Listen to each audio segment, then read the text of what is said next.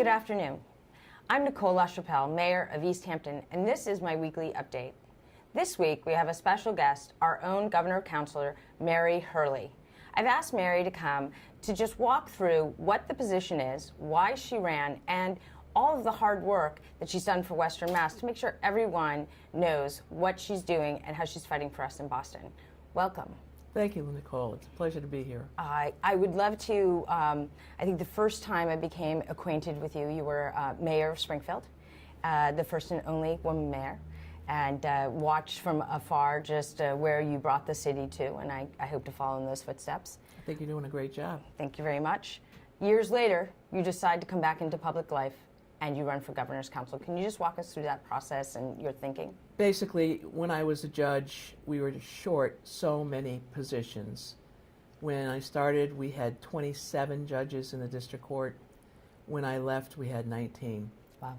You try running a government or a criminal justice system in this part of the state with a third of your workforce gone, which meant continuances for people who were victims, continuances on cases that should have gotten resolved, people are left up in the air, defendants who want their day in court, witnesses who are paid to come back in some cases 3, 4, 5 times, witnesses who have to take a day off from work. It was so frustrating. At one point I was doing 2 sessions, which should have been done by 2 judges, by myself. Wow. So I ran back and forth between 2 courtrooms. This was going on all over Western Mass. Shortages occurred in probate court, juvenile court, superior court. There wasn't a court that wasn't behind in terms of vacant positions. I was totally frustrated. I had retired. I bought a place in Florida on a golf course, planning to play golf and kind of fade into the sunset. And how'd that go? I started to go to some political functions for friends and what have you, and the next thing I knew, I was hooked again. It's kind of like it's in your blood and you just can't do anything about it. So I ran for the office. In a year and a half, I got 15 judicial positions filled, as well as 2 clerks. 9 of those 15 were women in the judicial positions. And we had 1 male clerk and 1 female clerk. And the point was, I went in, spoke to Lieutenant Governor Polito, spoke to the Governor Baker. They were totally responsive. They got it. And so what we did was we created a pool of judge candidates who were totally vetted. They all went through the process. There were no shortcuts. But we had a pool available so that we could fill these slots. So the first 2 that I filled were 2 district courts, and I shouldn't say I filled them. They were nominated. I brought them through the process in the Governor's Council. But the governor nominated them. They were up in Pittsfield. They were desperately short. Yeah. And there was a serious drug problem up there. Unfortunately, there's just a very few places you can say there isn't an opioid crisis. But I recognized that was a priority. Then we went about recognizing, okay, we've got 2 vacant probate court positions that have been vacant for like a year and a half, 2 years. So, and we also said, okay, we've got 2 that are vacant now, but there's a 3rd one coming up. So let's create a pool of candidates that we can fill these 2 vacancies now, but also look to the future vacancy. So we're not waiting another year and a half or 2 years. And what we did in juvenile was the same kind of thing. We did 3 in superior court, 2 women, 1 male, and it was the same kind of process. So that I got 6 district court judges. And are those in Western Mass? Like those are all Western Mass. Your district is huge. I mean, it's a congressional district. Yeah, it's the 4 western counties. So it is huge. Matter of fact, when I ran for office, I put 35,000 miles on my car. So I've been everywhere, boy. I've been everywhere. And so, you know, my message was justice delayed is justice denied. And I explained the vacancies, and I had the statistics. People listened. Yeah. And so now you can go to court, you can get a court date in short order. Your case is heard, you're taken care of in the criminal justice system. You're not turned away again and again and again. The people that we've gotten are great, got rave reviews. We've had, and another thing I've done is I've had a local hearing out here. Yes. So that people don't have to travel to Boston, but they can come and let their voices be heard. The governor's council is 8 districts across the state, so it's very like a congressional district. The governor's council meets Wednesdays in Boston, and we approve the nominees of the governor for all of the courts, from Supreme Court down to land court. Wow. Okay. So it's Supreme Court, Appeals Court, Superior Court, District Court, Probate Court, Juvenile Court, Land Court. We do the administrative law judges for workers' comp, Yeah. the tax, appellate tax board, those kind of things. We approve the parole board nominees. So it's varied, but the advantage I have, and I'm the only judge on the governor's council, I can pick up the phone and call one of my contacts from when I was a judge in the eastern part of the state, down the Cape, Worcester, it doesn't matter where. I have friends who were judges in different courts, so I'll call a friend of mine in probate court and say, who's the best person to talk to for a position at the Cape, or a position in Boston, or Suffolk County, or Essex, or whatever. So that's an advantage as well. And I vote on everybody across the state. Okay. My job is to make sure that we keep on top of filling these positions. Since the 15 judges, I've got a vacancy created by the resignation of former Justice Estes, who was disciplined by the Supreme Court. Yes. And I supported that wholeheartedly. Bill Boyle, great district court judge, first justice in Springfield, had to retire early because of Lou Gehrig's disease. I'm looking at another vacancy that just occurred in Hampshire County. So we filled Estes so that did not go, because we had somebody left in the pool. Right. But we're going to have one for the Hampshire County, Okay. Northampton District Court.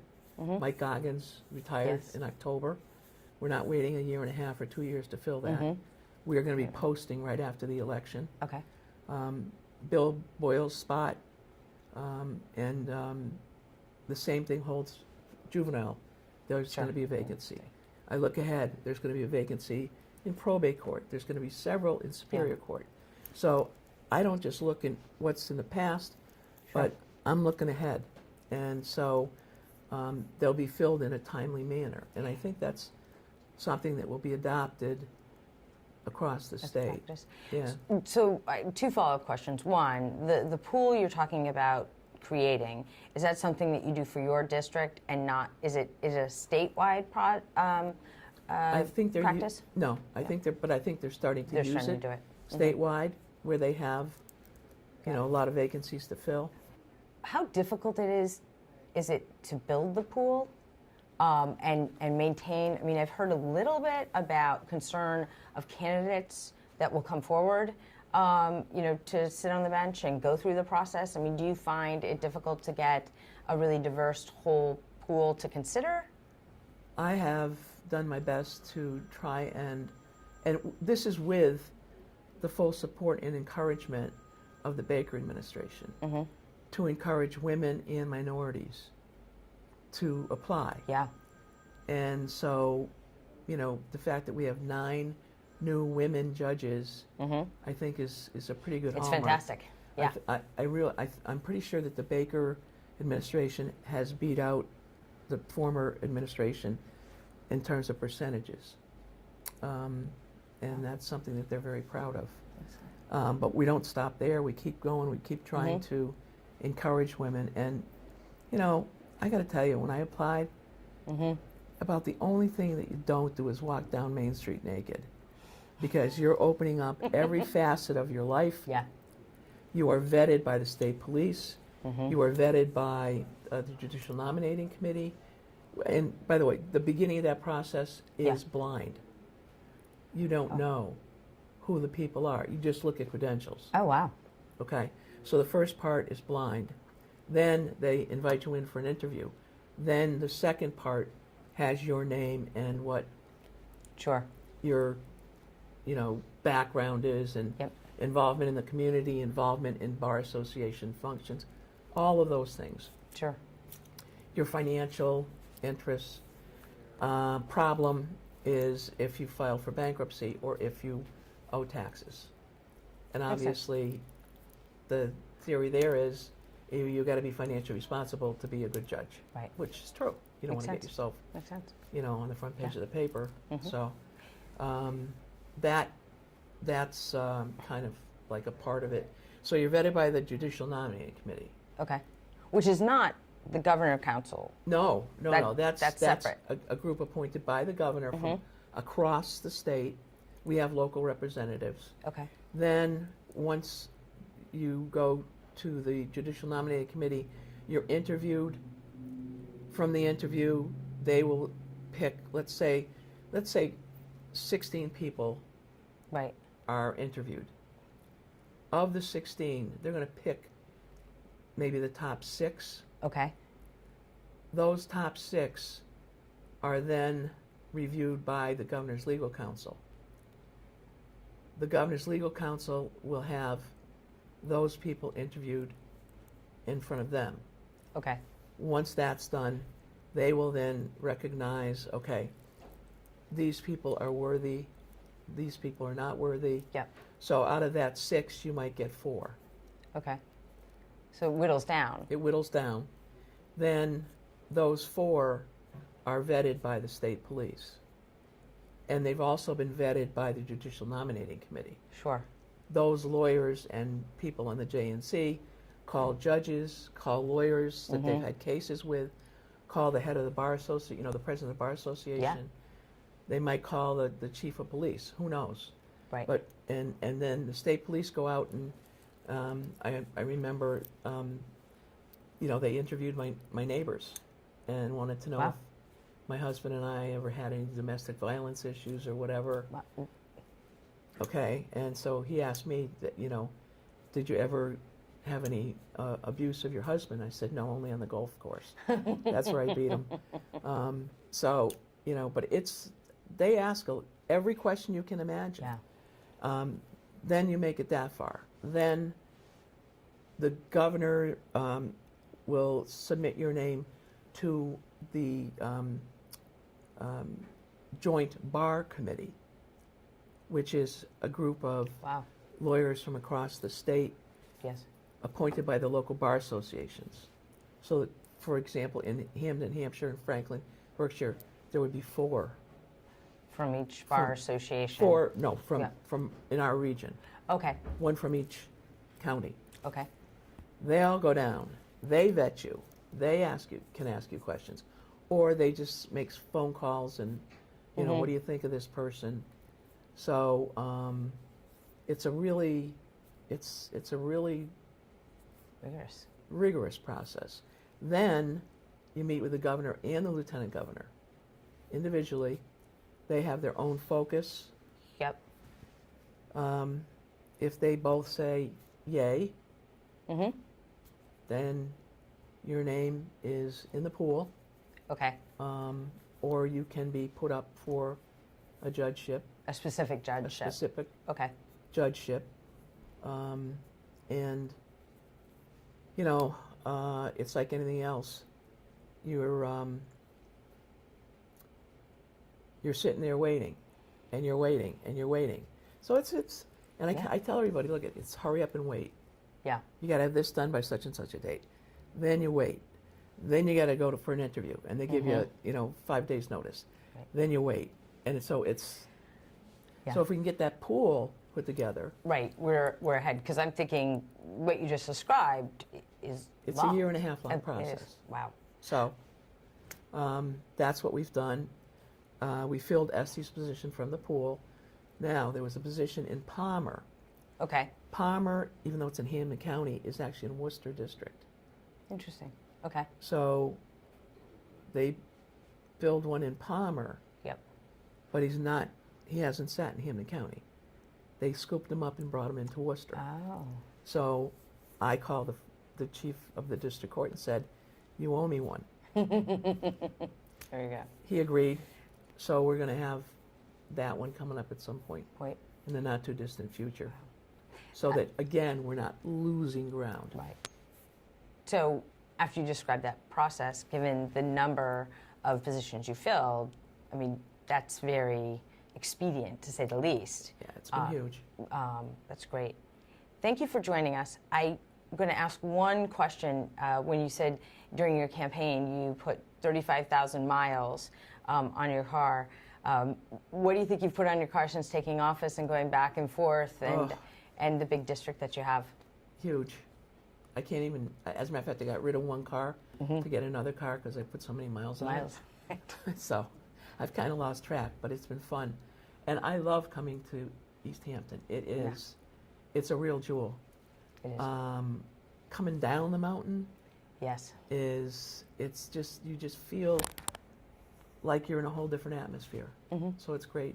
Doing a great job up here. Thank you very much. Been there, done it, as I've told you. The Yes. other thing I can do, which I have done, is Charlie Baker is literally from where we're sitting, probably 4 doors down. Oh, wow. So, and I see Karen every week. Yep. So when I need something, can I see you for a minute? And they're right there. And they're right there. And they've been totally responsive. That's fantastic. It's good to hear. So- And to have somebody out there that, you know, the governor and lieutenant governor is responsive, that's from Western Mass, is a plus plus. Yeah. Thank you so much for coming today. It's been a pleasure, and anytime you want to invite me to East Hampton, I love it. Excellent. And God bless Eddie O'Brien. Yes, there's a name. He's a mentor from way back. As you have been great giving me advice and just navigating the system and the unique challenges and great benefits of being a mayor. Thank And you. now I'm going to Northampton. And then you go forward Yes. to that. Right. Well, thank you again. And thank you for joining us this week on the Mayor's Update. I look forward to seeing you next week and encourage everyone to come out for Rag Shag Parade on October 24th. Come get some candy.